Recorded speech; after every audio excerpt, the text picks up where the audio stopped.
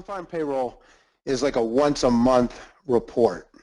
Okay, we talked a little bit about it this morning. I think we talked a little bit about it yesterday. It's on the first Friday of every month at 8:30 in the morning. It's like the biggest report that ever comes out. Okay, and a lot of people speculate on it. Okay, it'll always be like huge bars. You know, you could see 20, 30,000 contracts sometimes in the 1 5-minute bar because everybody wants to gamble. Okay, that's like the lure of the futures market, right? Is, you know, sitting at home in front of your computer, playing a video game and making money. Okay, it's the farthest thing from the truth that, you know, you'll ever see, but, you know, people still want to dream, right? And the scary part is that a few times you're going to win. Okay, one time you're going to jump in and you're going to actually make some money and you're going to think that you're really good at this. And so that's the thing. So let's, I have a chart that I use for explaining non-farm. Let me see if I can find it. Okay, so this was a holiday.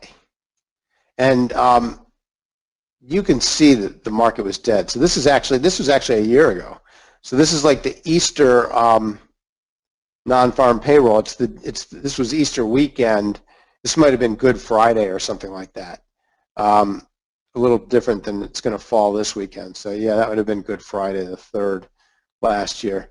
And you know, the market would have been, you know, like a half-day market. It would have been closed. And what you see is, you know, there's not a lot of volume. This is typical on a half day, you know, on a Good Friday or something like that, you know, and no real trading going on. Look, we're up and down maybe 4 or 5 points through the whole thing, just hugging the EMA, real small, nothing candles. Okay, and then, you know, here's non-farm. Okay, and look at the price. The price drops down and it goes from, you know, in seconds, it goes from roughly 15 down to 85. So about 30 points it drops down.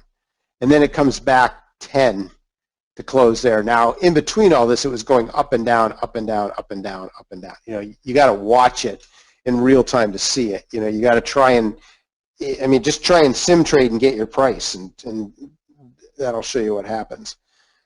Okay, so this is where chasing price kind of, I guess, originated. There's going to be a lot of people that are going to try and trade non-farm. Okay, and the only people that could possibly make money are going to be the institutions. Otherwise, it's just luck.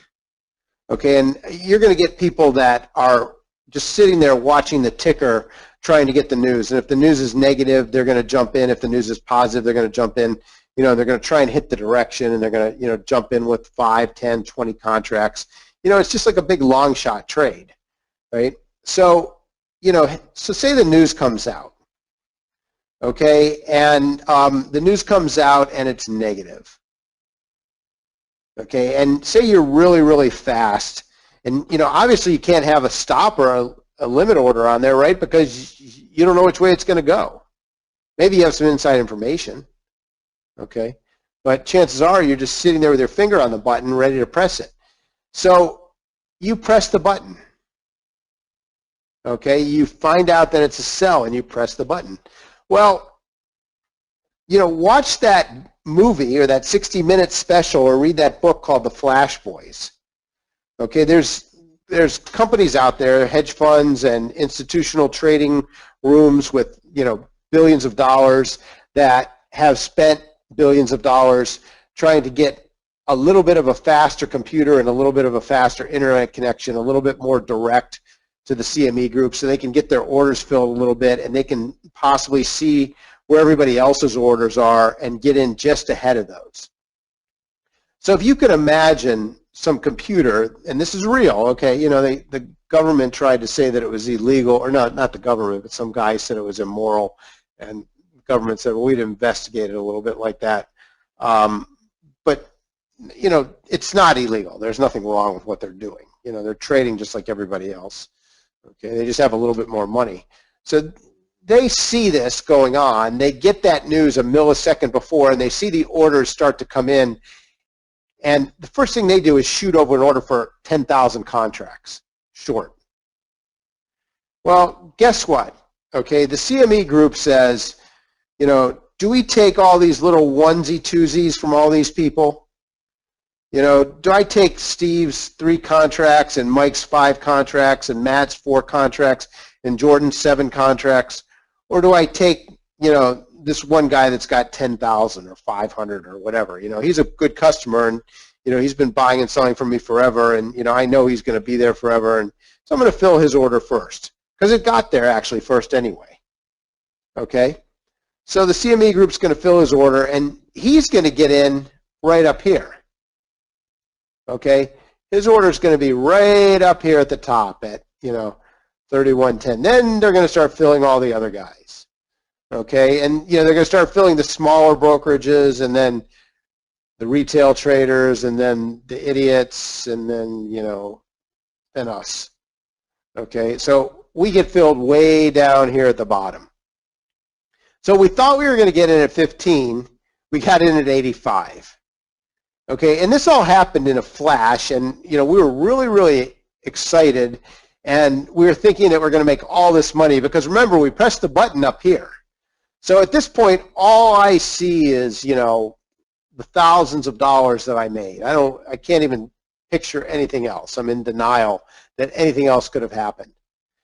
And then as the price starts to go back up, I'm like, oh, I better get out. I better, you know, take my profit and run, okay? And I close my position. Well, guess what? On that stupid trade that I thought I was going to make 30, I probably lost 10.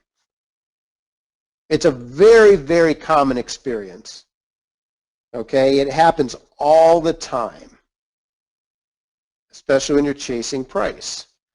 Okay, you'll never get what you want. So about that time, you know, you get this exit up here, and you're like, you look over at your dome. You don't even have to look at your dome at this point.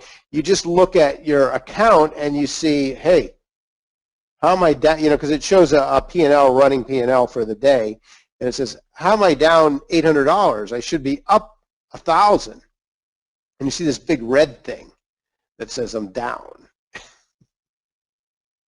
And now all of a sudden you're like, what do I do? So you try and figure it out, and hopefully you don't take another trade. Because if you do, okay, if you see it coming back up and you take another trade, then you get in long going the wrong direction, and then it reverses right back down again and costs you another 10, 20 points. Okay? And if you just stayed in the thing, now remember, you'd have to run this thing up 15 points against you, you know, but nobody would have done that because you'd have been scared to death. But if you had just stayed in the thing, you'd have come down here and you would have, you know, been fine. But nobody does that because you think it's going to reverse. Remember, there was a time that this next candle right here was all green, and it was all the way up here. So if you had gotten filled somewhere down here and you see this strong reversal green candle, you know, what happens then? You really think you would have stayed in after it was 15 points against you and then you had this huge bright green candle pointing up, a flag? No, you would have, the fear would have pulled you out at a second loss. And maybe you would have reversed. Happens all the time.